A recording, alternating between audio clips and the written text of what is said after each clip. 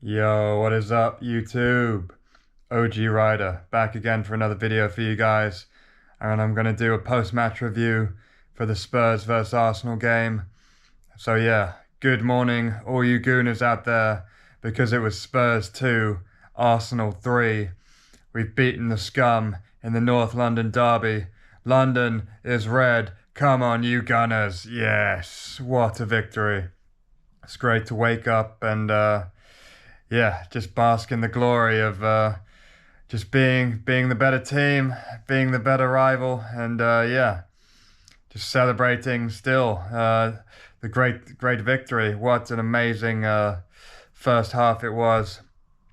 Like pretty much perfect. Is incredible. I couldn't have even imagined it would have gone so well, but it didn't end perfectly. But yeah, let's get into it. You know, we started the game really well. We went 1-0 up and 1-0 to the Arsenal away versus Tottenham. It's always an amazing thing. You know, sometimes they have the stat where whichever team scores first in the game will end up losing. So luckily that wasn't the case yesterday because yeah, we got the job done. We had to dig in deep at the end to get over the line. Just about. We made it difficult for ourselves in the second half, but what a first half of football. Like I said, yeah, I'm just trying to remember it all now. I can just picture it all now. Yeah, first goal. What's it called? It was an own goal actually by Højbjerg, who came in to do a job on Ødegaard, try and man mark him out the game, try and foul him at every opportunity. And yeah, what a header it was by the Spurs centre back into his own goal. Clinical finish. So yeah, it doesn't get much better than that. 1-0 to the Arsenal from a Tottenham own goal from a Bukayo Saka corner. So yeah, Tottenham they tried to reply and have a little spell in the game. But they had a little shot from outside the box, which was deflected, and Van de Ven then went on to score a goal. And luckily for us, it was a VAR decision, offside, just about. It looked like Gabriel's backside was keeping him on with his BBL, but luckily for us, it was just wasn't big enough. So yeah, luckily, yeah, that goal was ruled out. The Spurs fans were gutted in the stadium. They were all celebrating the supposed equaliser, which wasn't to be. So yeah, we got away with that one. So, and then they had a little spell with Romero, who, you know, I have to give credit to. To be fair to him, he was Spurs' best player. He fought with all his might to try and keep Spurs in the game. He was a centre back. He was playing as a striker. He was everywhere in the game. So yeah, credit to him. He really had the desire and passion to win the game in a derby. So you got to give credit where it's due. He had a couple of headers where one went just wide, and then another one straight afterwards where he hit the post. So he could have scored there to equalise. But then there was a phase of play where Tottenham were claiming they should have had a penalty where Trossard maybe just about clipped Kulusevski, who tried to stay on his feet, but he ended up stumbling into the box. So they were claiming that was a penalty. And then there was another tackle straight afterwards, but Rice and Partey they got the ball pretty much. And then I think Rice got the ball. And then Partey, yeah, shielded him out. I don't think that was a foul at all. The second one, definitely not a penalty. The first one, more debatable, very soft contact. I don't think that was a penalty. I think the right decision was made, and that's not me trying to be biased as an Arsenal supporter. But straight after that, we ended up breaking. Bukayo Saka got the ball, and he passed it to Kai Havertz on the left wing, who ended up taking a turn.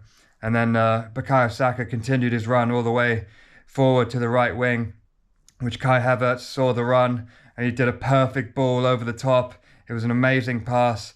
The vision on that pass was incredible. Everyone saw it, and yeah, we were hoping he'd play it, and he couldn't have played it any better. And Bukayo Saka with a perfect first touch with his left foot to bring it down in his stride. and then he takes the defender on, Ben Davis, who had an absolute shocker one-on-one. Saka had Ben Davis on toast all day. So yeah, credit to Bukayo Saka. He brought it in. Yeah, sorry, my GoPro keeps cutting off. It's so annoying. I'm not sure why. So yeah, anyway, as I was saying, Bukayo Saka, he brings the ball onto his left foot, Henry-esque, and just like slots it in the bottom left corner to make it 2-0 to the Arsenal. It was absolutely perfect goal from the breakaway. What a counter attack it was from Saka, passing it to Havertz from the start of the play, continuing the run. Havertz's amazing ball over the top, the touch, to bring it inside and to finish. And in such a big game, on such a big occasion, Starboy steps up. He's had a lot of criticism lately, saying, oh, he's limping off all the time, or he's not playing well, is he not on form? Well, he showed up yesterday when it really mattered in the derby. It really meant it to him, and you could tell. So credit to Bukayo Saka for an absolutely amazing goal. And then, yeah, speaking of Kai Havertz, I think he's probably man of the match. It's probably his best performance in an Arsenal shirt. Like I said, when it really, really mattered in a North London derby, he really stepped up. A big game player. And Kai Havertz, man, he scores again. Make it 3-0 to the Arsenal. Another set piece, a corner. Declan Rice took the corner this time. The Tottenham fans were giving him stick in the corner, calling him all sorts. I can assume we know what they were saying, and it wasn't anything positive. So yeah, credit to him. It must take some real class and dignity as a professional footballer to have to deal with all that shit for the fans. They pay their money. They're allowed to say what they want to say, but and a lot of times they take it over the line. They cuss people's families and mothers and death threats, and especially in a derby, in a North London derby atmosphere. So yeah, great delivery by Rice. Again, he's so consistent with his corners and deliveries. And yeah, Kai Havertz, a great run. He lost his man, and it was basically a free header because of his run, his movement in the box. And yeah, a great finish to make it 3-0, a header. And yeah, 3-0 to the Arsenal in the first half. You couldn't have imagined it any better. Yeah, I didn't think it would be that easy at all. And yeah, we went into half time 3-0 up, and we're just loving life. And we're thinking this could be the day that we break all records. We beat them 6-0. It had been since 1935 that we'd beaten them 6-0. So it was on. We'd just beaten Chelsea 5-0. We just had 6 clean sheets away from home. So what a record that was. But unfortunately, it wasn't to be. David Raya again had an absolute shocker, just out of nowhere. We were completely controlling the game. Gabriel just passed the ball back to him, and he tried to do something stupid. He tried to do a little cheeky chip with his left foot over the defender, and he flopped it. He messed it up, and he went straight to Romero, actually, who drove from the centre-back position all the way, driving because he felt the danger. He gambled, and it paid off for him. He drove all the way into a forwards position, and the ball, it broke straight to him. And to be fair to him, it was a striker's finish. It was a great right-footed shot that slotted into the left corner, and he embarrassed Raya. And once again, he did that against Bayern Munich. He caused an absolute mess, and out of nowhere, it's just unacceptable. Like, in such a big game, he just needs to calm down. Just keep it calm. And calma, as they say. But yeah, it's too late now. So what can you do? He's got to really learn from that now, and just not do that again. To be fair to him, after that, he settled down. He didn't make any more mistakes. He was catching the balls in the box and relieving some of the pressure. So, but just that in itself gave them a goal. It gave them the belief. It brought them back into the game, and the crowd were behind them. They sensed the momentum. And sport is all about the confidence and momentum you get from these big moments. So, and then of course they went on and got a second goal because Declan Rice was trying to kick the ball as it was dropping down, and basically the Tottenham player got in front of him out of nowhere, and Rice basically kicked him in the bollocks. So it was a penalty, to be fair. Just you got to give it to him. the referee didn't give it at first, but then VAR got in his ear to go look at the screen, and he looked at the screen, and then yeah, you see Rice just kicks him. He didn't hit the ball, so fair enough, a penalty to Spurs. And Heung-min Son steps up and he hits it in the top left bin, and you know, credit to him, it was a good finish to make it 3-2 to the Arsenal. And then yeah, a very, very dodgy last 20 minutes, 15 minutes, however long it was. It felt like an eternity. I just couldn't wait to hear the final whistle, get over the line. You know, there was a bit of play where we had a free kick, we took it fast, and then again, and then we're trying to keep it in the corner. Yeah, I mean, Ødegaard, there was a free kick. Basically, it was a right-footed free kick. Ødegaard takes it. He's left-footed. We missed it. That was stupid. But yeah, I mean, the players that they played out of their skin. You know, Rice, Partey, the two pivots, they really dug in and broke up most of the play. Composed possession, and we did it though. We got over the line. The defenders, Gabriel Saliba, they held strong.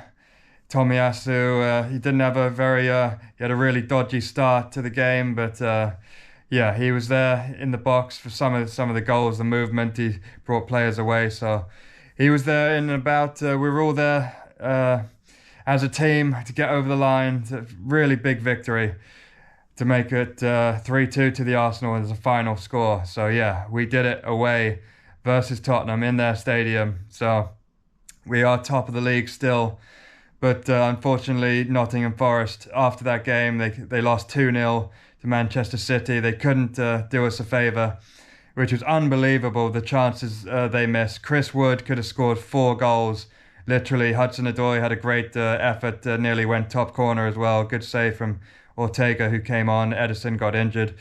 But yeah, unbelievable misses from Chris Wood. He should have had 2 tap-ins. Elanga, he passed it second half. He should have had an assist, and he flopped it with his left foot. You know, Guardiola had a good block.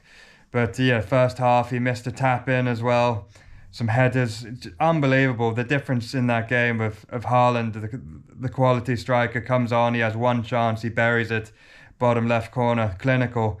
Chris Wood, 4 chances, can't do it. So that's why they're just above the relegation zone, and that's why Man City are 1 point behind us now with a game in hand. Their next game's against Wolves, so come on, you Wolves. You know, Hwang and the other guy, I can't remember his name right now, but yeah, we need a real favour now. They have 4 games, we have 3 games left.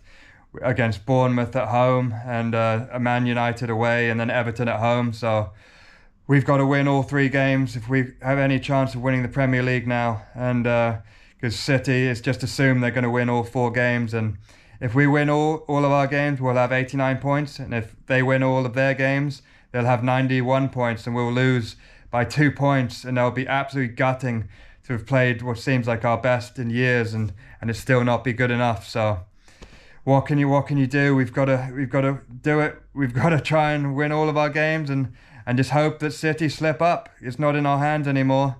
It's in City's hands. So anyway, great result. 3-2 to the Arsenal. Come on, you Gunners. Let's fight to keep trying to win this Premier League. It's still possible.